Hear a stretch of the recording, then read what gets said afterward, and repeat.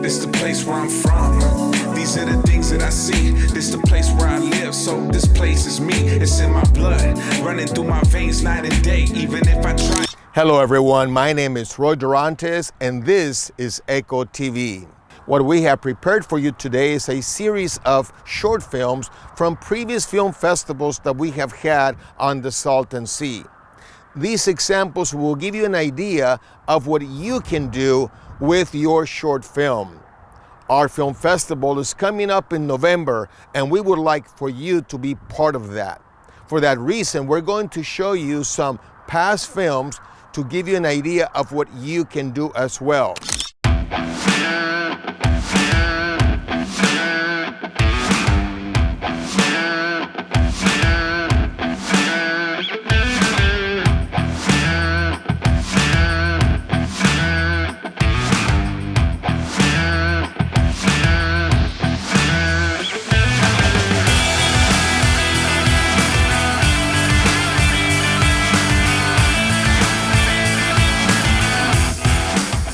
We encourage you to try using your cell phone.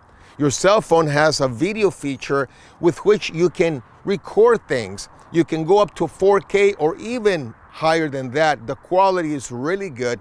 And there are some editing applications that are available for your cell phones that are easy to use, and you can easily make a 3 to 5 minute short film for the festival. Or you can use a traditional camera such as this one, a DSLR or a full frame for your project. Whatever you use, the important thing is we want you to experiment.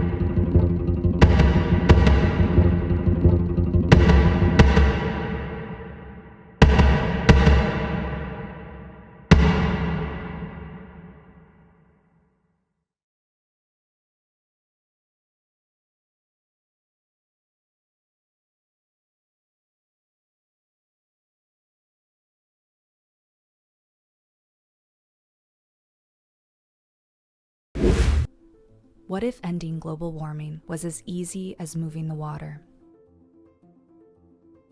Ocean levels are rising and threaten to displace millions within our lifetime. By transferring water from the ocean into dry depressions, we can lower ocean levels and promote local cooling while bringing new life to parched lands. Moving the water does not involve huge tanks or miles of pipeline. It can be as simple as digging a ditch and putting the water into an existing hole in the ground. By digging ditches and canals, we can move the water out of the ocean and into 11 water-deficient places around the world, creating new inland seas.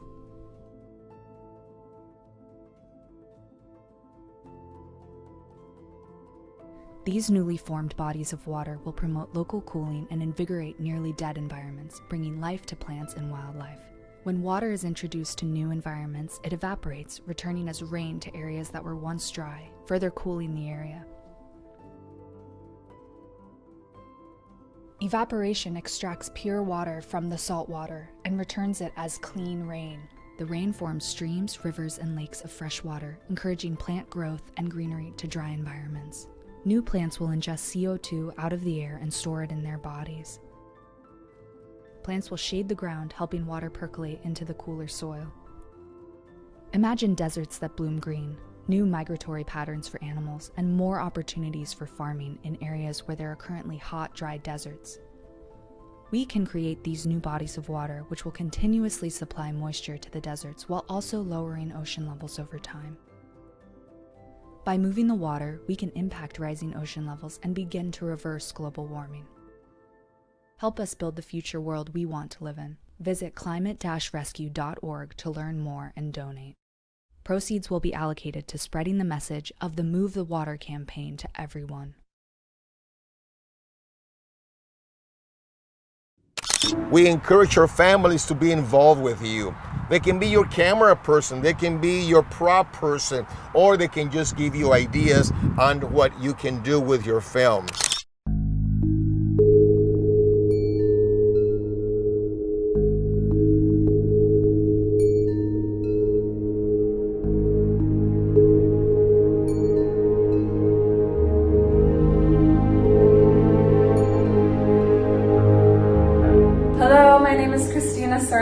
I'm a dance, yoga, and movement instructor and performance artist here in San Diego, California. And we wanted to introduce a dance film that we are collaborating on revolving around the Salton Sea in honor of Earth Day, and really just in honor of the Salton Sea itself and the beauty, the environment, and the rich cultural history of the sea and the Kalia tribe that have lived there for millennia.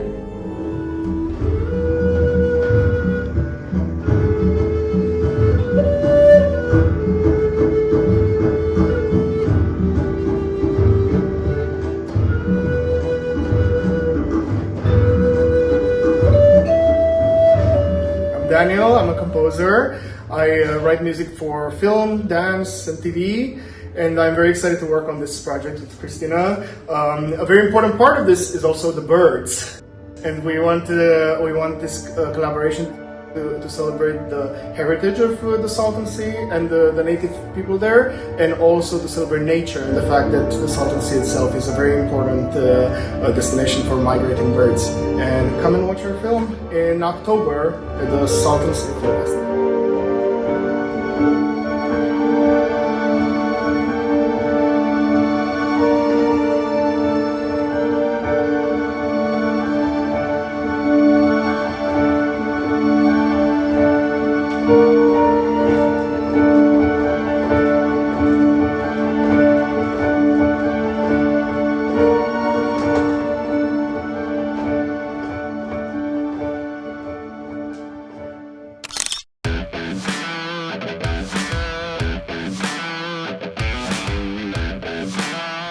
We encourage you to use your cell phone or a camera to record a short video, 3 to 5 minutes long, on the environment. It can be on the Salton Sea, on air quality in your community, on water quality, on ground quality.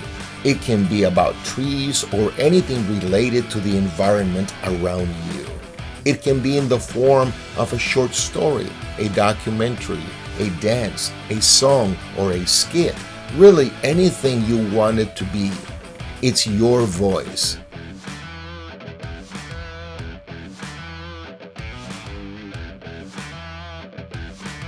Make that video with the tools that you have in your hand. Upload it to your online platform such as YouTube or Vimeo and send us the link.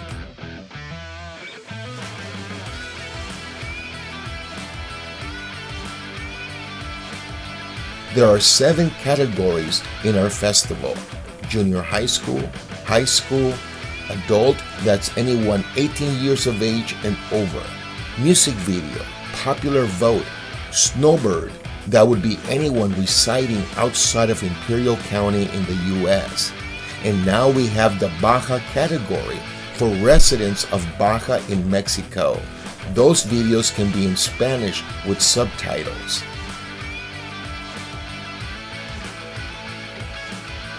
We have a panel of festival judges from both sides of the border who will be looking for this criteria: content, visual quality,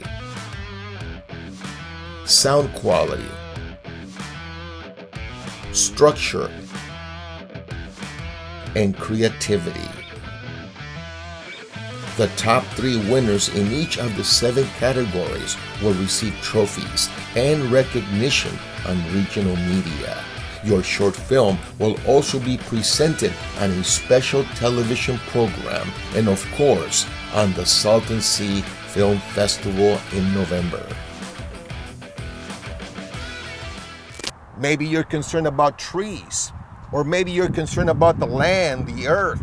Maybe you're concerned about the air. Whatever you're concerned about, you can make a short film. Now, your short film can be a story, it can be a skit, it can be a dance, it can be a song. You can actually play some musical instrument. Or it can just be you talking in front of the camera, sharing your concerns. Or you can take some pictures, do a collage, and do a narration over those pictures.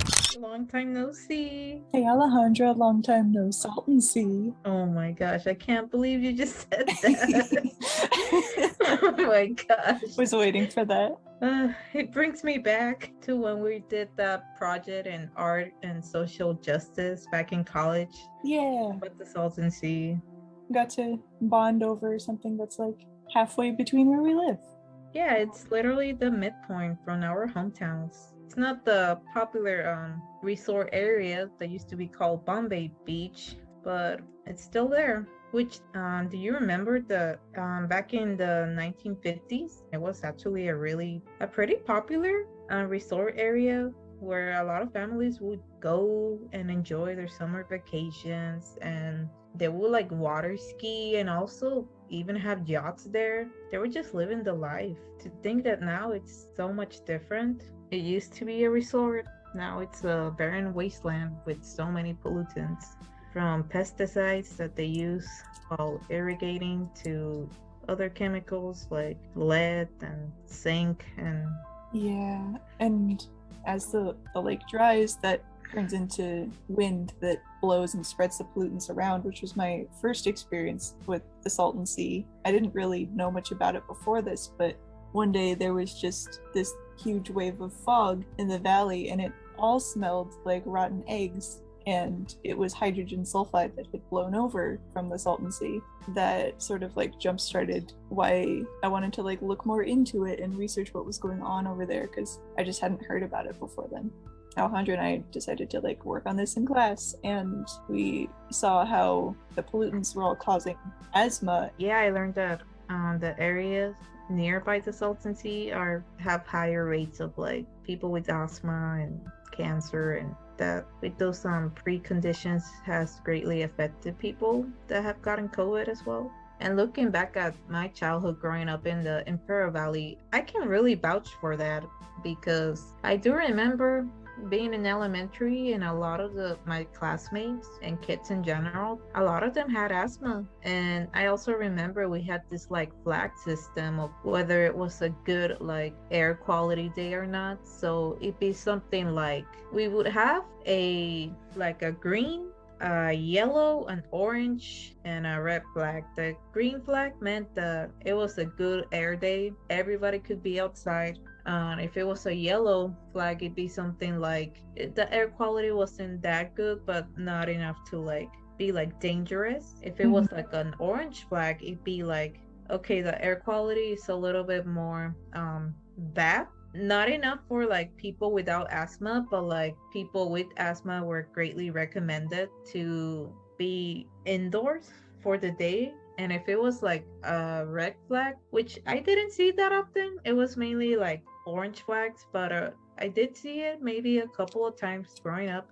A red flag pretty much meant the air quality was like at its worst level, and it was recommended for just everybody in general to stay indoors for the day. Not only does it affect asthma, but it also causes people to get a lot of allergies, and that is something I have personally went through. Growing up, I would get a lot of allergies just going outside, smelling the dirt. I mean, I thought it was the dirt, but maybe it was all of the dust coming from the Salton Sea that would make me sneeze. It's not like the people hasn't wanted to do something about it.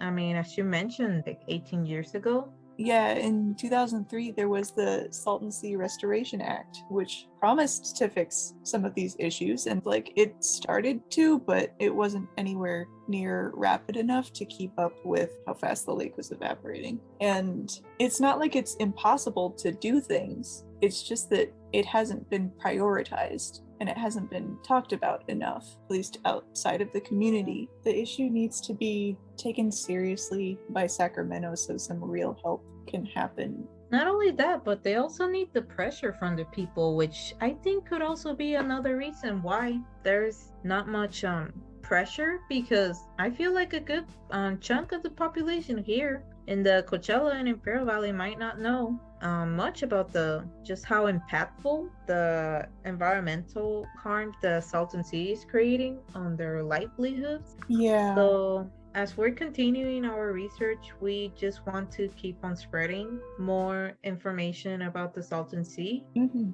Thank you for your time. Yeah, thank you.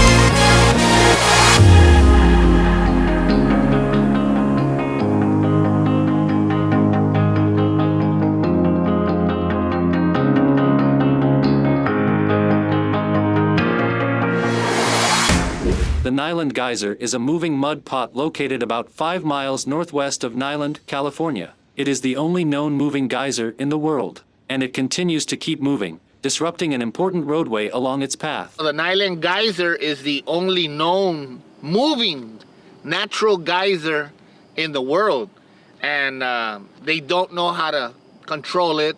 It's going to continue moving, so there could be some implications. They've already had issues, and they've already spent in between 10 to 15 million dollars to make sure it doesn't interrupt, one, the railroad, and two, Highway 111, which is a major way of the economics of that area right there, right? And the railroad is highly important to the whole western United States, actually. This is the 111 that will drive through there. We're outside of Brawley right now. And then that is a road that has already had to be moved. Can you believe that? At a cost of over $11 million. And Caltrans has another plan in place as it sees it moving, because if it shifts, they'll have to redo again part of the highway. They're hoping they don't, but they could. Obviously, the upcoming lithium industry that is coming, that is going to be the major thoroughfare through there, in and out of there, going towards Coachella Valley to Los Angeles. And so we're going to have a huge economic impact from having to slow down roads, traffic, and fix those roads. And the railroad obviously is part of billions a year of products that pass through there throughout the United States. Yeah, in 1953, after an earthquake, there then sprung a crack in the subsurface, and from that subsurface crack from the earthquake in 1953, then spouted the geyser, a natural occurring geyser, right? So the geyser gets exposure to the environment, and then H2O and oxygen, and then it becomes H2O water, and that's the geyser. And then from 1953 to 2015, it was in the same spot. No big deal, right? Geysers, it was not in an area that was impacting the roads or the people. Nobody lived around there. Obviously, it was by the fault line, right? The San Andreas Fault, so nobody lived in that area either. And then from 2015 till today, it has still started to move at an average of 20 feet per year. People don't live around there, so the major impact has been as to what its path is, and they don't know. It's not an exact path. It actually moves. Every year it kind of moves, it maneuvers itself, I guess, where it finds its way. It's a natural occurring, so they can't really stop it. They have tried. I know the railroad put in, a couple of $1 million worth of rocks to fill it in, thinking that would dissipate it. It kept moving underneath and resurfaced, and scientists have thought about draining it, but it's a natural occurring, so it keeps bringing out more water to the surface, water that is full of carbon dioxide and hydrogen sulfide. So it could pose a danger if you were actually in it. Nobody is allowed in and around it. So you'd have to have a lot of exposure to it to impact you, but it's in an area that is not developed. Nobody lives around there at this point.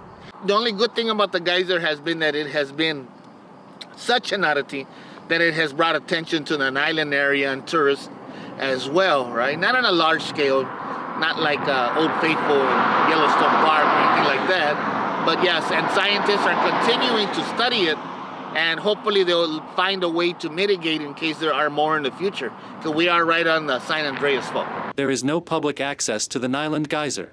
It is considered a safety and health hazard because it emits high levels of carbon dioxide, and it contains hydrogen sulfide, which could cause respiratory problems. We do want to mention that when you make your film, your material has to be yours.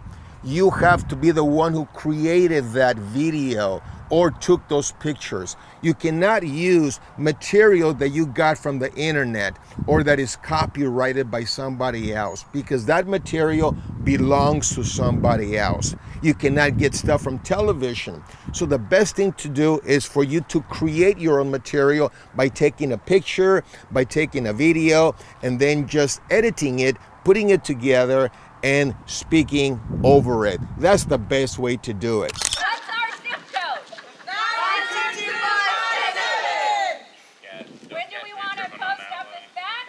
Now! Residents from Nyland and Bombay Beach are demanding a new post office. We're bringing the spotlight to ourselves because we want others to know that Nyland has been without a post office for 2 years.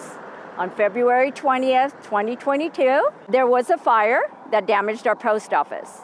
Residents were then told they had to go to Calapat to pick up mail. Calapat is 16 miles round trip. Nyland is a impoverished community, 67% poverty stricken, and so it's difficult for people to get there. There are many that are disabled, many are elderly, many are without transportation. Many local residents rely on the mail for medication deliveries. I know cases of veterans, old people in Slab City that don't have transportation. How are they going to get the mail from Calipatria if you don't even have a car? They feel discriminated against for being a small desert community. Because it wouldn't happen in Beverly Hills. There would be such an outcry, they would take care of it right away. We pay our taxes here. We deserve a decent post office. It feels malicious at this point. They've made it harder and harder for us to get social services and medical care out here in Nyland. They've closed down the community center where we used to get water and dump trash, and that was completely unexplained. And now this. We are sick and tired of losing mail, getting our packages with delay, packages missing. They say small communities are important too. We do matter. Even though we are a small community, people do matter. Mail is important to them. They receive their prescriptions there, they receive their glasses there. Some people still receive their Social Security check there. So it's their whole livelihood that is in that mail for some.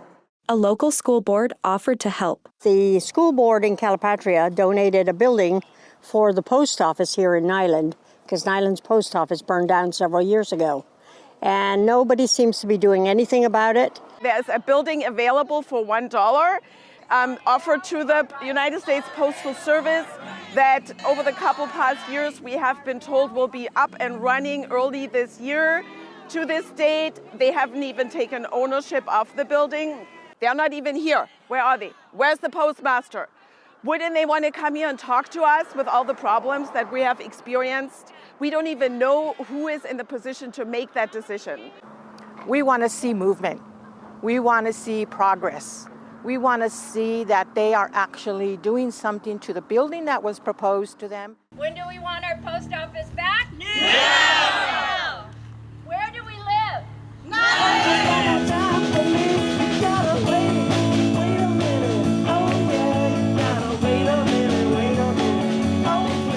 When you drive in front of a post office and you see that American flag flying overhead, it's a proudful moment.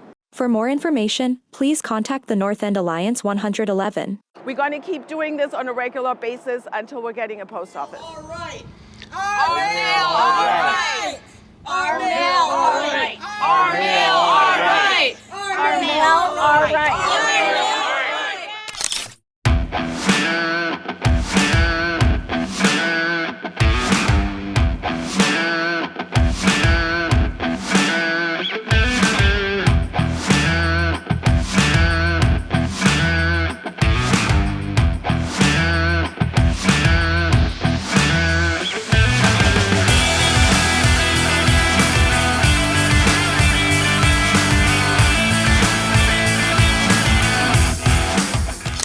We hope that today's program has encouraged you to experiment and do your own short film.